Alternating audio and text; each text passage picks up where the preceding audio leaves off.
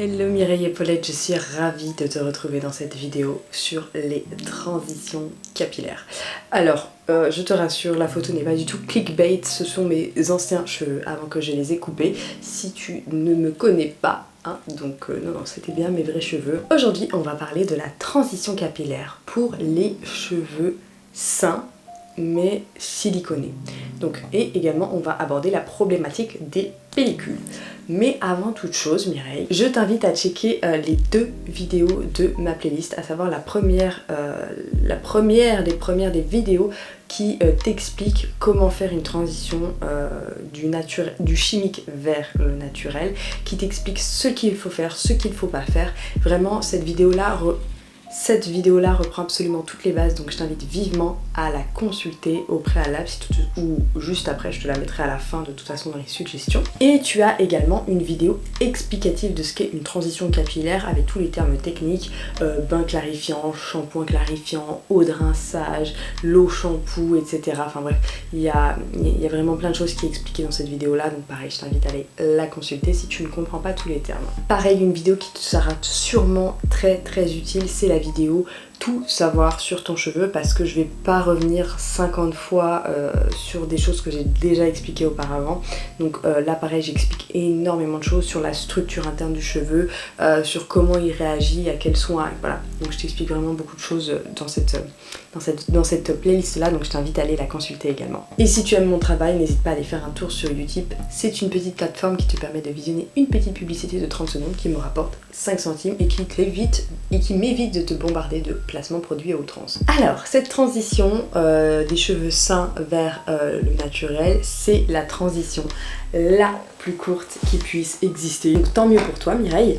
Donc sont concernés les cheveux en fait qui n'ont jamais eu recours à des traitements chimiques. Alors qu'est-ce que j'entends par traitement chimique? C'est coloration, décoloration.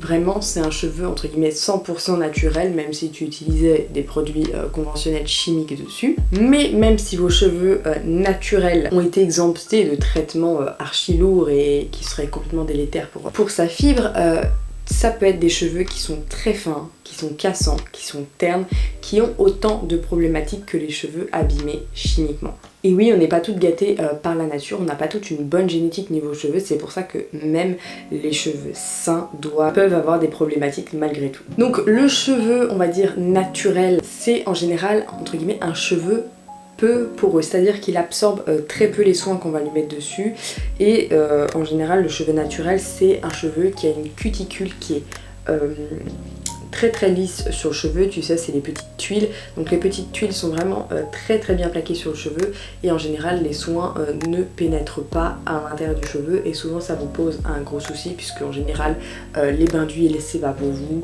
les masques au yaourt c'est pas pour vous, enfin voilà, donc vous avez pas mal de problématiques au niveau de la porosité. Par contre, si tu as un cheveu sain qui n'a jamais subi de traitement chimique, mais par exemple tu as les cheveux très bouclés à crépus, je t'invite à te référer à la vidéo les cheveux abîmés, parce qu'en général les cheveux bouclés, frisés à crépus sont des cheveux qui nécessitent plus de soins du fait de la structure interne du cheveu. Les écailles sont moins bien positionnées sur le cheveu, et du coup ils sont plus poreux, donc je t'inviterai plutôt à regarder l'autre vidéo. Donc la transition capillaire va se dérouler en 3 phases comme d'habitude. Vous allez avoir la phase 1, la phase détox.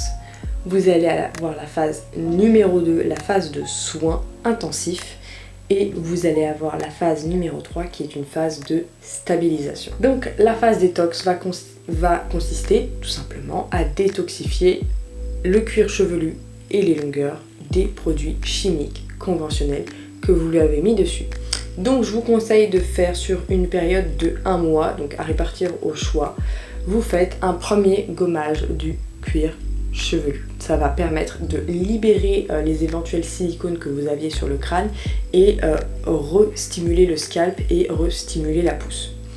Pour enlever les silicones, les agents occlusifs sur les longueurs et également au niveau du crâne, vous pouvez faire 2 bains clarifiants, donc soit 2 shampoings clarifiants, soit un bain d'argile, soit 2 bains d'argile. À vous de choisir, à savoir si vous avez le cuir chevelu très sensible, je vous conseille plutôt de faire uniquement des bains à l'argile. Pareil, le mode d'emploi est dans cette vidéo là, donc je t'invite à la consulter. Je vous invite vivement à jeter tous vos shampoings qui contiennent des sulfates. Je te mets la liste juste ici de tous les sulfates qu'il faut jeter. ça je vous invite vivement à jeter parce que c'est souvent la cause des pellicules. Et oui, le Head & Shoulders, Mireille, contient des sulfates à gogo. Et oui, je sais, tu vas me dire, mais c'est pas logique. En fait, le Head & Shoulders va décaper à mort ton crâne, donc sur le moment, tu vas pas avoir de pellicule, sauf que ton crâne va être d'autant plus asséché, surtout qu'il n'y a aucune hydratation dans ce shampoing, et donc tu vas le relaver encore plus vite avec des sulfates hyper agressifs et tu vas le redécaper et c'est un cercle vicieux, Mireille. Donc jette-moi ce Head & Shoulders, surtout si tu as des pellicules et je vais te donner une solution après. Je vous conseille vivement d'utiliser des shampoings très doux avec des tensioactifs en glucoside. Ce sont les plus doux qui existent sur le marché, mais c'est aussi les plus chers malheureusement. Sinon, je t'invite à te laver les cheveux avec ce qu'on appelle un conditionneur ou un après-shampoing. C'est souvent ce que font les curly et c'est beaucoup moins agressif pour le cuir chevelu. Ou si vraiment tu as des gros problèmes et que tu veux quand même un shampoing qui mousse mais quelque chose qui apaise, je te conseille le Sunshine Clean de chez Les Secrets de Loli qui est très bien. Moi je sais que j'ai eu des problèmes de pellicule suite à une clarification au bicarbonate et je trouve qu'il a très bien marché. Je te mets ça en barre d'infos. Donc une fois ces clarifications faites, il faut impérativement rincer avec une eau de rinçage au vinaigre de cidre pour refermer les écailles et justement lisser le plus possible la cuticule. Et si jamais vous en sentez le besoin, appliquez un tout petit après-shampoing ultra léger, hein, si vos cheveux vous le permettent, mais c'est totalement facultatif. Ce que je vous conseille également si vous avez des gros problèmes de pellicule pendant cette phase de détox, surtout que les bains clarifiants peuvent éventuellement assécher votre cuir chevelu, c'est d'appliquer quotidiennement du gel d'aloe vera sur votre crâne en massage. Ça va vraiment apaiser votre cuir chevelu et l'hydrater. Et vraiment, ça c'est une technique que je fais actuellement. Nous avons été coupés, Mireille. Alors, je sais plus ce que je te disais, mais si jamais tu le supportes, tu peux bien entendu utiliser une goutte d'huile essentielle, par exemple de lavande vraie, qui va vraiment apaiser ton cuir chevelu, ou de lavande fine qui va vraiment apaiser ton cuir chevelu si tu as des irritations, ou alors une huile essentielle de tea tree. Alors ça je te conseille pas de le faire tous les jours, mais on va dire tous les 3-4 jours dès que vraiment tu sens des irritations. Voilà, d'appliquer ça avec ton gel d'aloe vera directement sur ton scalp, justement pour essayer d'endiguer ce problème de pellicule et d'irritation. Maintenant qu'on a passé le premier mois, on va passer à la phase de soins intensifs qui va durer elle aussi un mois. Donc en général après une phase de détox capillaire, ton cheveu va être à nu, c'est-à-dire que tu vas voir le réel état de santé de tes cheveux. Et souvent il y a beaucoup de personnes qui me disent non mais Gabi, moi je veux bien le naturel mais ça marche pas sur moi, mes cheveux ils sont archi secs, je comprends pas. En fait, c'est très simple, c'est l'action des silicones sur tes cheveux, c'est-à-dire que le silicone va former une couche de plastique littéralement sur ton cheveu et voilà, au niveau de la sensation, ça va glisser, ça va être doux, ça va être brillant, donc vraiment tu te dis le silicone c'est cool, sauf que quand tu l'enlèves, tu découvres le réel état de tes cheveux comme si tu enlevais le papier peint et que ton mur derrière était totalement défoncé. Bah, c'est exactement la même chose, Mireille.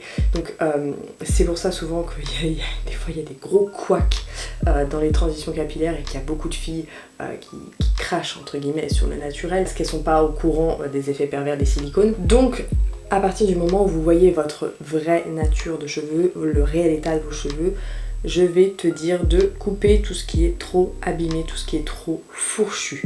Donc vraiment coupe, Mireille, ça sert à rien de garder les cheveux pourris sur sa tête.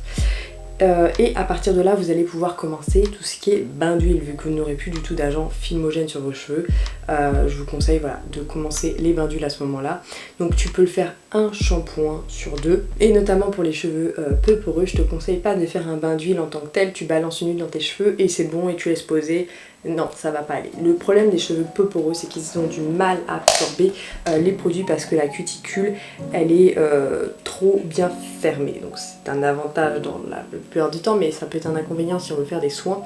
Et vraiment, ce que je te conseille, en fait, c'est de faire une émulsion 50% aloe vera, comme je t'avais expliqué dans cette vidéo-là, et 50% huile, et de l'appliquer sur cheveux humides. Pourquoi sur cheveux humides? Parce que quand on met de l'eau sur les cheveux, les écailles s'entrouvent légèrement, voilà, du fait de la réaction avec l'eau. et du coup les soins pénètrent plus facilement. Donc je vous conseille voilà, de faire une émulsion aloe huile. Tu peux bien entendu rajouter des huiles essentielles dedans pour traiter tes problématiques. Donc si tu vas encore un peu plus loin, tu peux appliquer un bonnet chauffant. Je t'en avais parlé dans cette vidéo là, il y a celui-là qui est cool. Sinon tu peux toujours faire la technique de la serviette chaude, même si moi bon, c'est pas une technique qui me branche parce que justement la chaleur soulève également légèrement les écailles et permet aux cheveux d'absorber un petit peu mieux les soins. Donc toujours dans cette phase de soins intensifs, tu vas faire un max de soins hydratants, c'est-à-dire des soins à base de yaourt végétal ou animal, à base d'aloe vera, de gel de lin. J'ai une super recette de gel de lin qui est juste là. Tu peux le faire en avant-shampoing ou en après-shampoing, par exemple avec le gel de lin. Tu peux très bien t'en appliquer sur les cheveux, ça va vraiment hydrater ton cheveu en profondeur. Et tu peux le faire par exemple une fois sur 3, ton masque hydratant. Alors après ça va dépendre voilà, de ton type de cheveux. Est-ce que toi t'es plus hydratation, est-ce que t'es plus nutrition. Ensuite je vais t'inviter du coup dans cette phase de soins intensifs, c'est d'inviter les poudres dans tes préparations, notamment au yaourt, des bains hydratants. Pourquoi? Parce que les poudres, notamment si tu as les cheveux fins, vont gainer, épaissir, protéger la fibre capillaire. Donc il y a notamment la poudre de Sikakai, je t'avais fait une recette de l'eau shampoo, il y a le Rasoul qui nettoie, il y a la poudre d'ortie pour les problèmes de pellicule, il y a la poudre de Kashonshogandhi, de Kapur Kashli, enfin vraiment les poudres, il y en a pour 1001 problèmes, donc je te conseille vraiment d'intégrer ça dans tes masques hydratants. Et si votre objectif c'est d'avoir les cheveux ultra longs, je vais t'inviter pendant cette phase de soins intensifs de commencer ce qu'on appelle une phase de stimulation de pouce.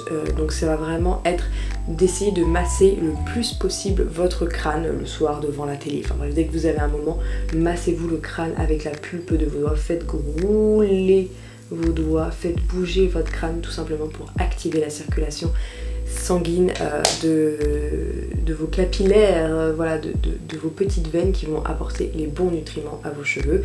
Et également vous pouvez toujours prendre des compléments alimentaires pour la pousse des cheveux. Moi je te recommande Forcapil et Siletum.